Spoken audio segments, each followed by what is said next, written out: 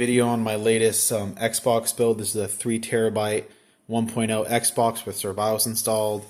I have two AliExpress generic controllers. Unfortunately, in shipping, this one got damaged, and it still works fine. It just cracked shell, which is unfortunate.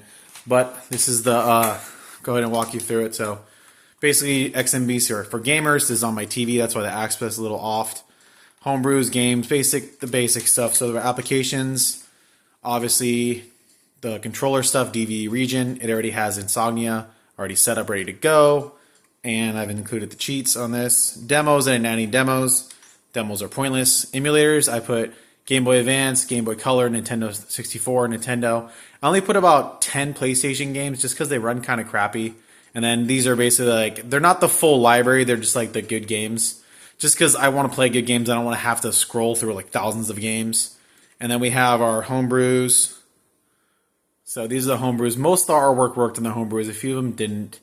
But like, I got Doom, Duke Nukem, Killer Instinct, Zelda, Outrun, all the versions of Quake on it, Sonic CD, all the Tomb Raiders, Wolfenstein, Streets of Rage. You know, just the good ones again. And in the games directory, I was able to get...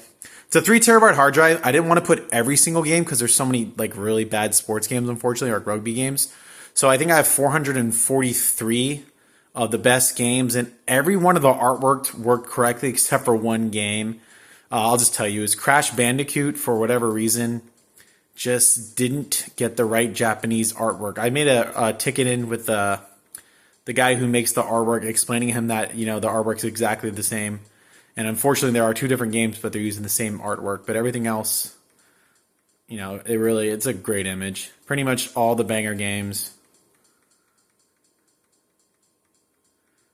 Kind of go through it for you guys. See Crash. This is the USA version. This is the Japanese version. That's the one with the mess up on the artwork. I can't really do anything about that because the Japanese artwork is incorrect in the package. So that's really the only thing wrong with this, but everything else is there. And it definitely has, like I said, all the banger games. I'll just kind of roll through them so you guys can see them. And yeah, this is probably one of my better builds. The only thing that I wish I would have done is put an SSD in it. Not that a hard drive's slow, but the SSD is a little bit faster loading the games. And it has no moving parts. But I would have put a smaller SSD, and it's nice to have all this, you know, storage space. I didn't put all the sports games, just some. All the good Need for Speeds are on there. Definitely a much bigger library, though. As you see, pretty much, you know, unlimited games to play, all the good ones. Punisher, I love that game. That RoboCop game's actually kind of good. Serious Sam's a fun game. So a lot of Japanese imports. Silent Hill, of course. Road Rage, Simpsons, of course. The Sonic games, Spawn, Spider-Man, SSS Tricky, all the Star Wars Bane, you know, New Republic, both of them. The Obi-Wan game's actually pretty good as well. Stubbs the Zombie, both Sufferings, you know, Ninja Turtles. Good games, you know, Time Splitters both. All the Ghost Recon games. All the Tony Hawks. Pretty much all the good ones, you know.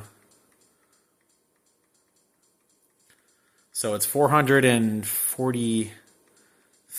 All the X-Men's, arcades, and we're at the end. It goes back to the beginning. So yeah, that's it. And then it's definitely going to run XBMC4gamers. So if you guys are curious on that, you want to hit start. If I can actually hit the start key, which is this one. So the start key is this black button right here.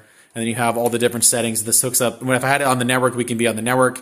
As you see, it runs nice and cool. I changed the CPU paste and the hard drive paste. And the F drive has 1.7 gigs of free space. So when you're done playing, just shut down the system and you'll be good to go.